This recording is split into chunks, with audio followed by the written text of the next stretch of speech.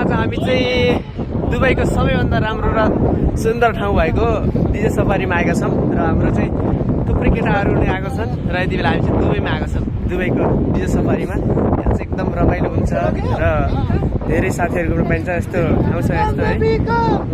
यहाँ चाहिँ थुप्रै विदेश ठाउँबाट पनि आउँछ घुम्नको लागि यस्तो यस्ता यहाँ चाहिँ बाइक रेसिङ भइरहने एकदम सिधा कुद्छन् यहाँ चाहिँ। तल पनि यहाँ पुरै रेत छ है, यो पुरै रेत भएको ठाउँ हो यो चाहिँ।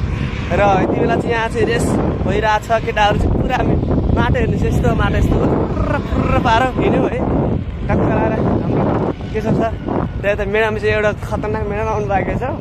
मेडामले चाहिँ अब के देखाउनुहुन्छ नि थाहा होइन, यस्तो मेडाम आउँछन् कि यहाँ चाहिँ हेर्नुहोस् है। मेडाम दिखा चाहिँ यो मेडाम चाहिँ अब कहाँको चिन्न सकेन। अब ल यता यस्तो भन्छन् केटाहरूले चाहिँ के हो यस्तो, यो कस्तो लागिरहेको छ अब चाहिँ घुम्न आएर बेस्ट लाग्छ।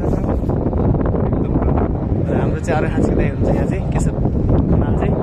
र हाम्रो ओम साहब यता हेर्नु त दुबईको हाम्रो डिजे सफारी कस्तो लागिरहेको? एकदम बढिया लागिरहेको छ। अब खै मिटिङमा खै के हुन्छ, आमाकै बेसी सुन्दर लाग्छ। यो बङ्गाली भाइ चाहिँ हाम्रो चाहिँ बङ्गाल चाहिँ अब नेपाली एकदम मेरो नेपाली हो एकदम हेर्नुहोस् है, एकदम मिल्ने साथी हो।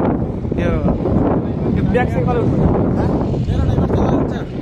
मेरो ड्राइभर चलाउ हुन्छ भनेपछि यो बङ्गालीमा चाहिँ मेरो ड्राइभरले चाहिँ कहाँ जान्छ भनेपछि यो यता। अनि हाम्रो केटाहरूले चाहिँ के भनिरहेको छ